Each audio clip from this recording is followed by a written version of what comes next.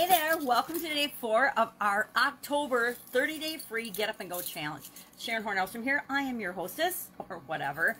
And today we're going to talk about the 7 key areas of your life and of our life. I have this awesome graphic here that describes the 7. We're going to use that over the next couple of days. And I actually, to remind me, and as a little carry-along tool, this is one of the tools and things I do. You can create things that remind you of different things that you want to remember. So one of the things I did during one of our last challenges was I created this set of keys. I just found a bunch of 7 old keys around the house. I labeled them with a black permanent marker. This one is financial. I just labeled them. Some of them did I write it all out on them? Or did I put the letter? S was for spiritual. So E was for emotional. I just labeled a set of old keys, and then I put them into 3 categories: health, wealth, and relationships, because those are 3 main categories that describe human needs, human desires, human wants. But there's 7 areas and aspects of our life that we need to at least pay a little bit of attention to, because if we don't, they can actually stop us dead in our tracks. How do I know? Happened to me. Actually, positively happened to me, because I was paying no attention to my physical well-being. And actually it was bigger than that. It was my relationships, my physical, my mental, my emotional, my spiritual. It was pretty much all 6 out of the 7 areas I was struggling in that caused me, and actually I believe contributed to my sudden cardiac arrest from 10 years ago now. It's been 10 years and I'm still here, so obviously it didn't stick. But the point is, if you pay 0 attention to some of these areas and aspects of your life, it can literally be the end of you. It can be your demise. So what are these 7 areas?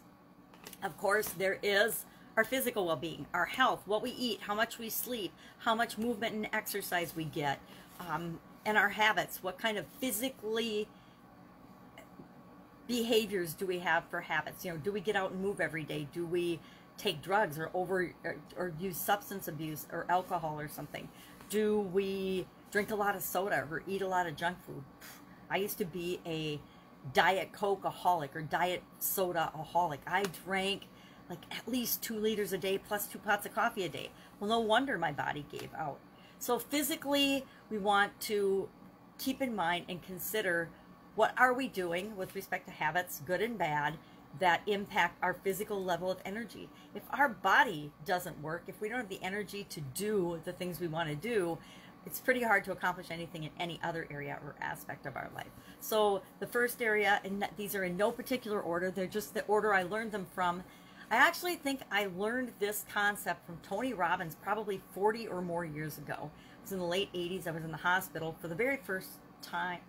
Yeah, that was the very first time I was actually in the hospital. It was in Valley, Nebraska. I was working out in Valley, Nebraska for the summer, and I had some kind of a systemic shutdown. My eyes, my kidneys, my joints, everything kind of went wacky, and I ended up in the hospital out there and that was probably my first real physical wake-up call, and I didn't listen. I listened a little, but not enough, and I've had several of those up to and including the sudden cardiac arrest in 2010. So physical well-being. Then the other area of our life that we need to consider and pay attention to is our mental well-being, our mental health. So physical health, mental health. Our mental health is our thoughts, the things that we think, the habitual way we talk to ourselves in our head, our thoughts, our thinking. And it can be both conscious and subconscious, right? The next area is our emotional health. How are we doing with managing our feelings, or living with our feelings, or reacting to our emotions and feelings? The area after that, the 4th area, is our spiritual well-being, or number 4. Like I said, they're not numbered, but how are you in relationship to whatever it is that you believe in, for a higher power or a connectedness or a God or religion or something greater than ourselves? That's, you know, my definition of spiritual health. Next, of course, and has impacted many of us this year, is our financial health.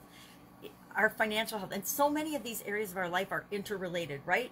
If we have good financial health, we tend to have better care for physical, mental, emotional, and spiritual health. We have more opportunities. We have better relationships. We can contribute more because we have more to give.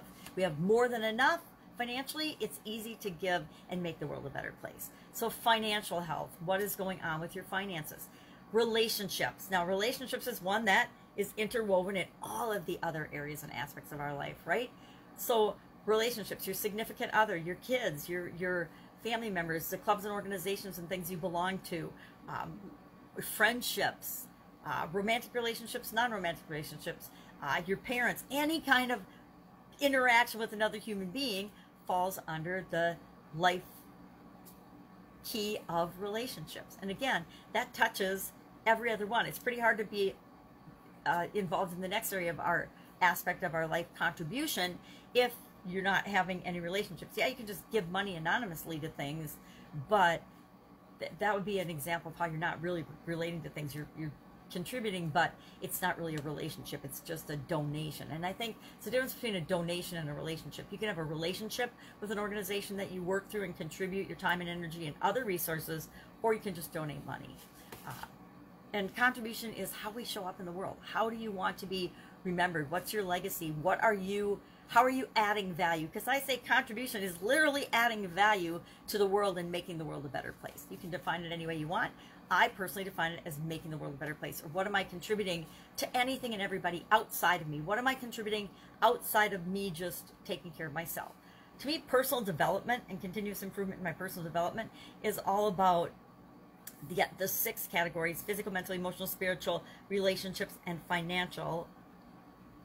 All of those are more about me internally and developing myself internally, and contribution is about external. What am I sharing with the world? So those are the 7 areas, and today all I want you to do is think about your top 3, and then in priority order, 1 through 7, I want you to think about which ones and how do they rank. What's the rank order of importance to you? I will say, for me personally, physical has been my number 1 for the last decade. It's been, I need to take care of myself physically, because I learned through personal example that if I don't, nothing else matters. If I don't have the energy to have relationships or to do anything to earn money, then nothing else matters. Nothing will stop you faster than a physical illness or an ailment or the death of a loved one or the death of yourself. Pretty much all over if you die. So for me, number 1 is physical. And then the others, it's up to each and every one of us. How they rank, how their order of importance is, or their priority is different for each of us. Physical isn't the most important thing for a lot of people. For me, for 4 decades, 5 decades, it was not the most important. It was probably number 7 in terms of how I was actually living my life and behaving. And so I needed to make a drastic improvement and flip that around to making physical number 1, and the other areas and aspects of my life had to fall in line underneath that. Now, it doesn't mean that we don't flow from one to the other all the time. It's just understanding ourselves better by prioritizing these different areas and aspects of our life.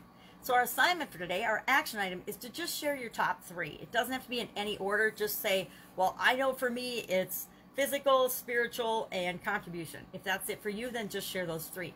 If you're having a hard time trying to say, okay, well, these are all equally important to me, I don't know which is the most important, go to yesterday's assignment, look at the 3 things you said that you want, and figure out what category they fall in. For example, what did I have for mine? Perfect health. Okay, I cheated because I had perfect health in all areas and aspects of my life, so that covers all of them. So that wouldn't help me. But I think I had something about positively impacting the life of others. That would be contribution, or relationships, or a combination thereof. And the other one was, have my homework right here. I can look it up. Oh, I didn't get a smiley face yet either, but I did do this. Positive impact. Travel around the world. Travel would be, I don't know, what would that be? Travel would be maybe mental and emotional. So that might be able to help you decide what are your top 3. For the action item, underneath the action item post, just for day 3, just share your top 3. No particular order, just the 3 that are the most important to you. But on the side, your tool today is to prioritize these 7 areas and aspects of your life. And we're going to talk about these throughout the challenge, throughout the rest of the challenge. So we'll get a lot more information and a lot more detail. And I'll share some examples of my personal experience in each of these different areas and aspects of life. And hopefully that will trigger some deeper understanding and more work for you to better understand them for yourself. So again, the 7 areas: physical, mental, emotional, spiritual, financial, relationships, and contribution. What are your big 3? Share that on the action item, but think about and prioritize these for you. and realize that they're going to change over time. Like I said, when I was 50, physical was number 7 for me, and now it's number 1 at 60. And it's been number 1 since about 50, yeah, since 50, a little over 50, it's been number 1. So that's it. That's your action item today.